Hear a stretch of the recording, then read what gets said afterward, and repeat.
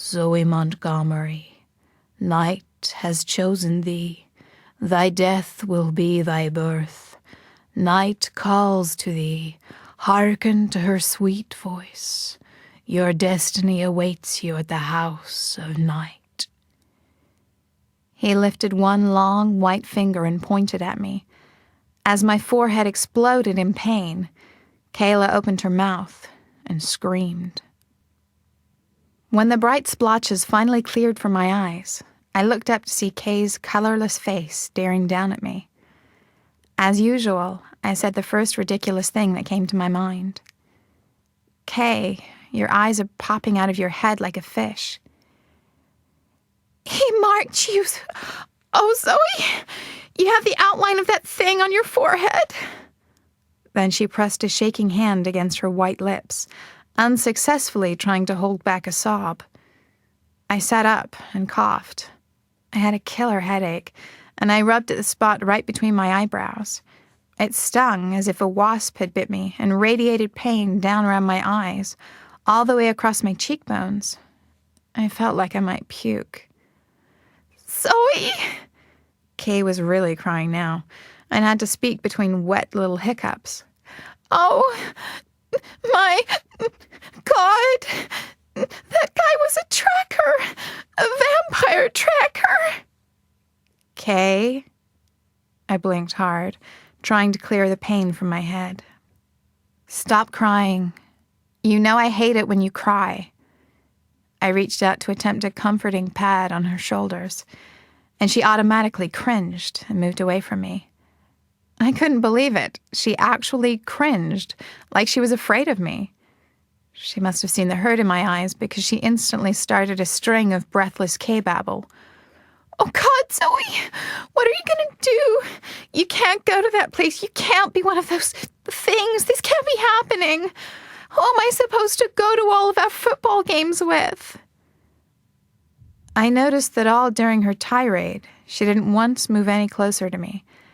I clamped down on the sick, hurt feeling inside that threatened to make me burst into tears. My eyes dried instantly.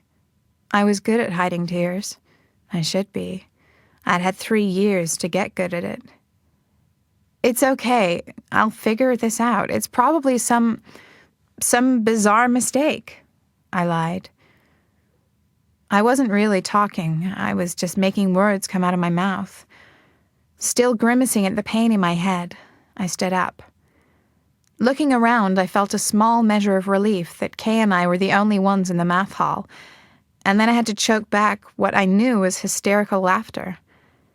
Had I not been totally psycho about the geometry test from hell scheduled for tomorrow, and had run back to my locker to get my book so I could attempt to obsessively and pointlessly study tonight, the tracker would have found me standing outside in front of the school with the majority of the 1,300 kids who went to Broken Arrow South Intermediate High School, waiting for what my stupid Barbie-cloned sister liked to smugly call the big yellow limos.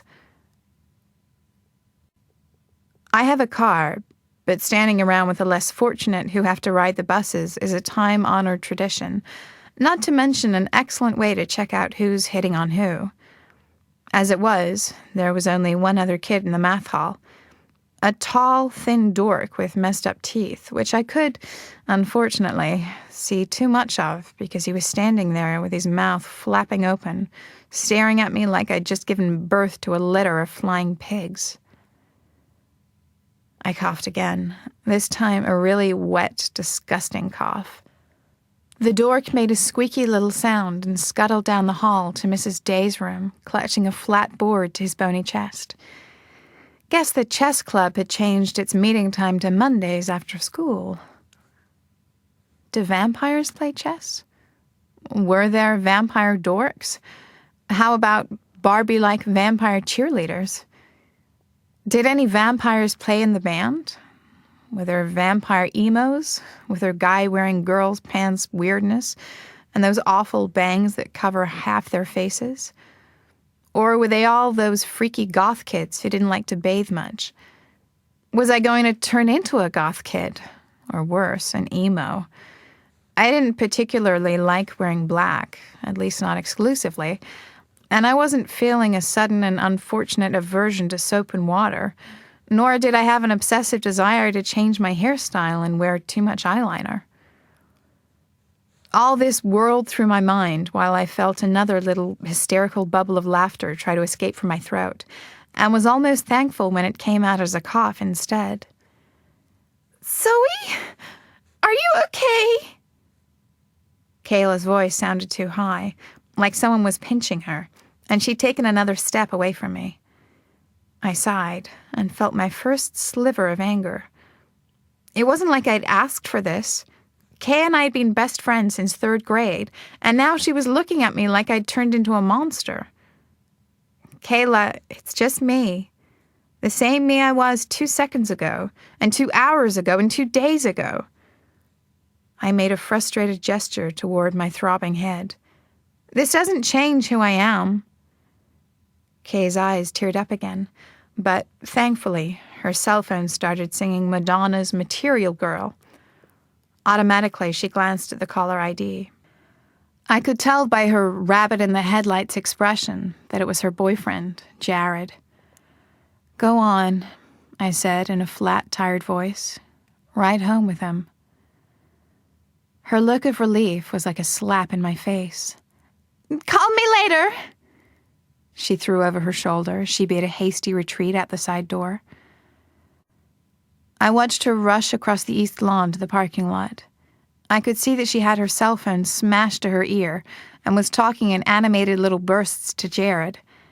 I'm sure she was already telling him I was turning into a monster. The problem, of course, was that turning into a monster was the brighter of my 2 choices. Choice number 1. I turn into a vampire, which equals a monster in just about any human's mind.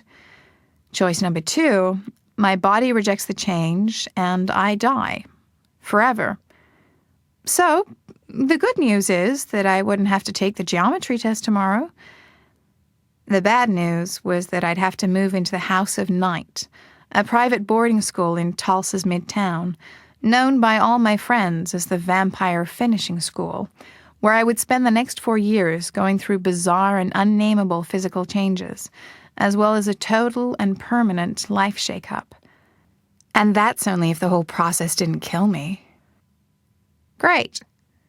I didn't want to do either. I just wanted to attempt to be normal, despite the burden of my mega-conservative parents, my troll-like younger brother, and my oh-so-perfect older sister. I wanted to pass geometry. I wanted to keep my grades up so that I could get accepted into the veterinary college at OSU and get out of Broken Arrow, Oklahoma. But most of all, I wanted to fit in, at least at school. Home had become hopeless, so all I was left with were my friends and my life away from my family. Now that was being taken away from me too. I rubbed my forehead and then messed with my hair until it semi-covered my eyes, and, with any luck, the mark that had appeared above them. Keeping my head ducked down, like I was fascinated with the goo that somehow formed in my purse, I hurried toward the door that led to the student parking lot. But I stopped short of going outside. Through the side-by-side windows in the institutional-looking doors, I could see Heath.